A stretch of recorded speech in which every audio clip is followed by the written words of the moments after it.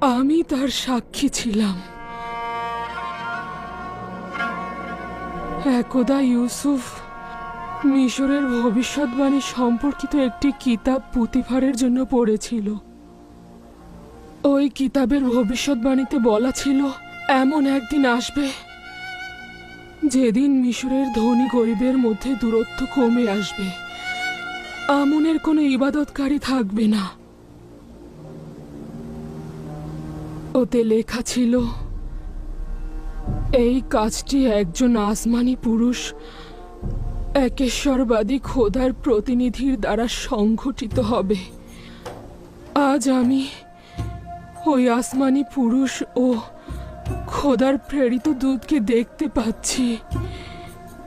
বড়ই আজব। ইউজারসিফ কোথা থেকে এসব কথা জেনেছিল? নিঃসন্দেহে সে খোদা তাআলার